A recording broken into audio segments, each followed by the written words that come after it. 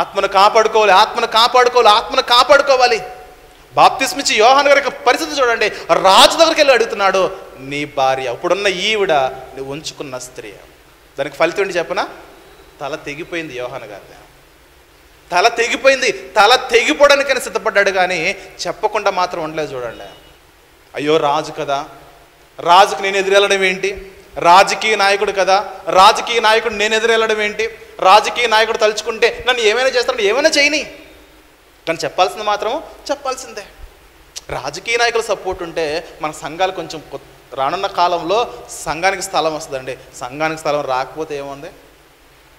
మంచి హృదయపూర్వకమైన విశ్వాసులు ఉంటే, ఆత్మపూర్ణులు ఉంటే, చెట్టు కింద చేసినా ఆరాధనే, సముద్ర తీరంలో చేసినా ఆరాధనే, ఒక గుడారం వేసుకున్నా ఆరాధనే, టెంట్ కింద చేసినా ఆరాధనే, ఎక్కడ చేసినా ఆరాధనే.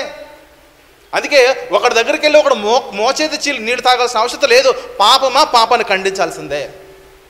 అలాంటి బోధ సమాజంలో ఉంటే ఈరోజు పరిశుద్ధులు, ఈరోజు క్రైస్తవులందరూ కూడా ఎంత పరిశుద్ధులో బ్రతికేవారో చూడండి.